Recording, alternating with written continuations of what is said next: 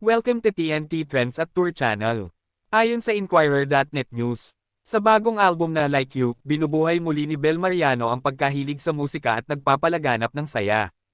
Tuwing lumalabas si Bel Mariano sa screen at entablado, naglalabas siya ng walang kahirap-hirap na maliwanag na aura. Mayroon siyang kakaibang talento sa pagpapangiti sa mga tao, gaya ng makikita sa Like You, ang kanyang pinakabagong album, na inaasahan niyang magpaparamdam sa mga tao ng pagmamahal. Gusto naming tumuon sa pagiging relatable ng album. Gusto naming ang mga taong nakikinig dito ay makarelate at makakuha ng inspirasyon, aniya kung paano niya gustong maalala ang album.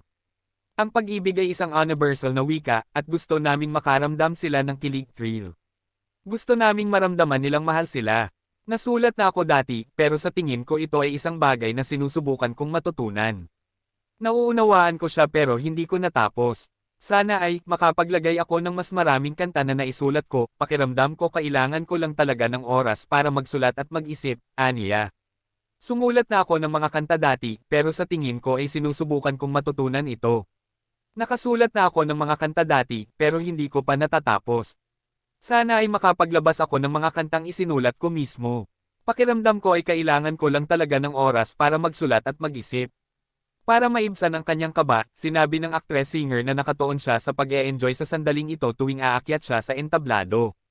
Please don't forget to subscribe TNT Trends and Tour channel, click the notification bell to notify you in our next video, please like and share at comment down below.